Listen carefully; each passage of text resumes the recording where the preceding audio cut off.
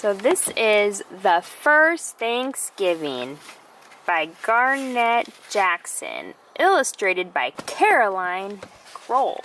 On September 6, 1920, a small wooden ship called the Mayflower sailed on its way to America. It had left England with 102 people. These people came to be known as Pilgrims. The Pilgrims had left England because King James did not want them to practice their own religion. They were in search of a new home.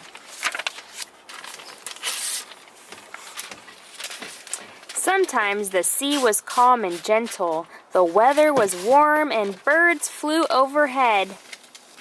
Fish leaped above and dipped below the clear blue water. The children in the tiny ship laughed and played hand games. At other times, the sea was rough and stormy. The sky grew gray. Large raindrops fell from the heavy clouds, plopping into the sea and into the Mayflower. Tall waves rocked the ship. Children were afraid. With more gray skies than blue, the Mayflower sailed along the ocean for 2 months. Finally, after the long journey, the weary Pilgrims sighted land. "Land ahead!" someone shouted. As the Mayflower got closer and closer, there was nothing but tall trees as far as the eye could see. "We have found the new world," someone said. Pilgrims were very happy. Slowly, the ship made its way inland. The Pilgrims docked the ship and came ashore. They were on the land of Wampanoag Nation. Wampanoag Nation. This was the village of Patuxent. "We will call this the New Land, New England," said William Bradford, who acted as their leader. "Today this place is Plymouth, Massachusetts." The Pilgrims began to explore the new land. They saw no people. The Paxtus, Wampanoag, and 1,000 other. Wampanoag? Is that how you say it? No, Wampanoag.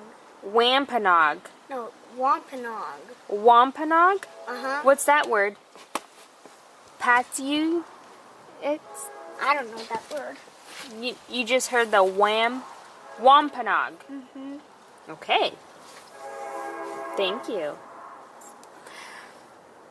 The Wampanoag and 1,000 other native people had died from a terrible sickness that came with the European fishermen in 1616. 666. Look at what's happening. Shh, shh, shh. In no time, the Pilgrims began to get settled. Winter was fast approaching. They knew they needed sturdy shelter and a place to store food. While the woman took care of the children, the men began to build. They built one big house that winter. They called it the Common House. The winter was bitter cold and often snowy. The Pilgrims did not have much food from their trip. Most of the time they were hungry. They tried to stay healthy and cheerful, but it was difficult. Many of them became very sick. The Common House became a hospital for the sick, but the house did not provide enough heat to protect them from the cold, fierce winds and icy storms. Many died. Only 15 Pilgrims survived as the winter dragged on. Then one day, the Pilgrims realized that the long, hard winter had ended. They heard birds chirping. Leaves had sprouted on the trees. Spring had arrived. One afternoon, a native man appeared outside. The Pilgrims were surprised when he said, "Welcome, Englishmen." He learned English from an English merchant who came on ships with goods to trade. He was Samoset of Abenaki people.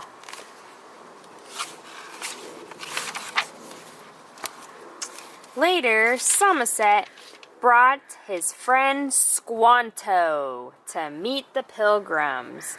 Squanto knew English too. He had been kidnapped and brought to England in 1614. 5 years later, he made it back home. Squanto taught the Pilgrims how to plant corn. He showed them how to put fish in the earth 2 weeks before planting. He explained that the fish would fertilize the earth and help it grow good corn. The grateful Pilgrims began to plant corn as they were taught. They planted seeds for beans, squash, and pumpkins too. Mom, his real name's Tisquantum. That's what it is. Can you share what you learned about Squanto? Were you in a play and did you play Squanto? Not really, but play. The Pilgrims learned how to fish, to dig for clams, and to catch eels. After a while, Squanto visited and brought along Chief Massasoit. How do you say it? I don't know where. Chief Massasoit? No, Massasoit. Massasoit. Hey, Mom, can I show Massasoit. you a diamond that Esky found for me to keep? Hold on. I'll go in my room Massasoit. and get it. After a while, Squanto visited and brought along Chief Massasoit of the Pokanoket Wampingo. Winnipingo? What is it? Wampanoag. Okay, so Chief Mascot No, not mascot. Oh. Massasoit. Okay, so along Chief Massasoit of the I don't know that one. Pokanoket Wampanoag. Wampanoag.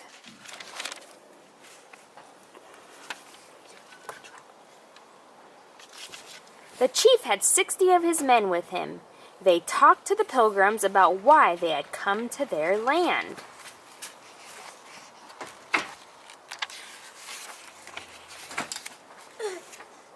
William Bradford and... This is about pilgrims. What? Pilgrims. This I is... think it is. Wait. What is this? I Can you have- tell You us? need to water it. It's a Ooh. Is there plant. corn in it?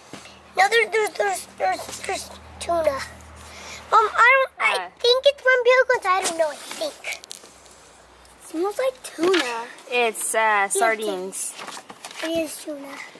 So, Wait, in why his is there class sardines? on Native American Day, they planted corn seeds and used Corn seeds. Oh, yeah. sardines. Sardines is in Yeah, there. remember? Because Squanto taught them to put That'll fish. help them better. Yeah.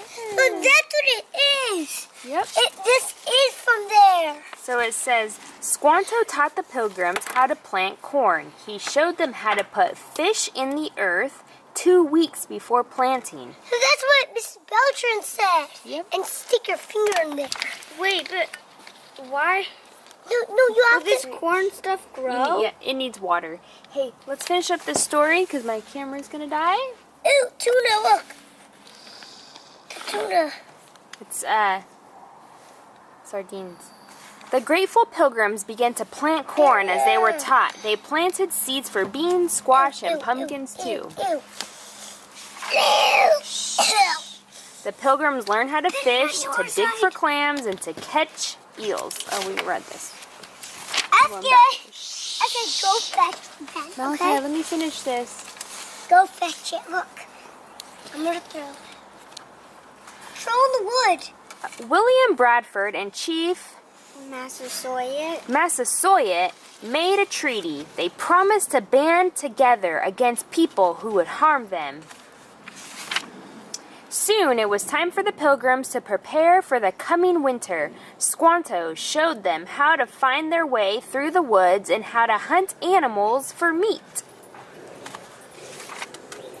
The Pilgrims built more houses. They worked hard all summer. At the end of the summer, they had built 7 small homes. Green leaves turned red, gold, and orange with autumn's arrival. And blue.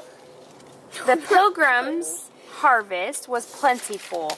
There were tall stalks of corn, large orange pumpkins, squash, and beans. The Pilgrims were very thankful for their food.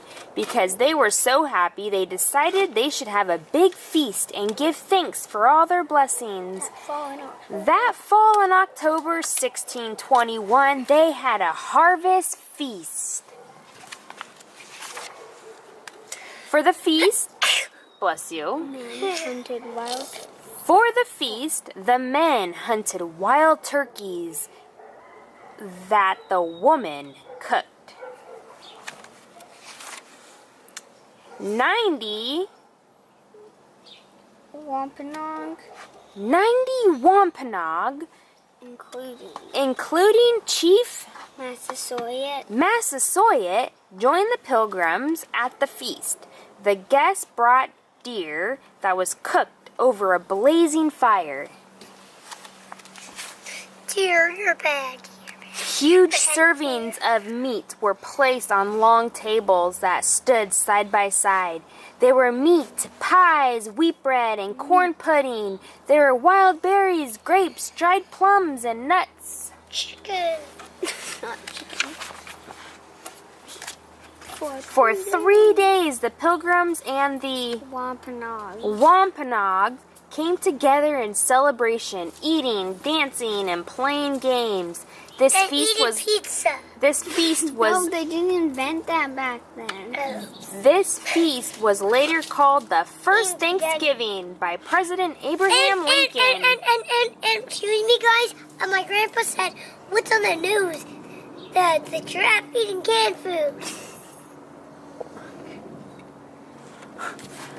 No, I said what's on the news.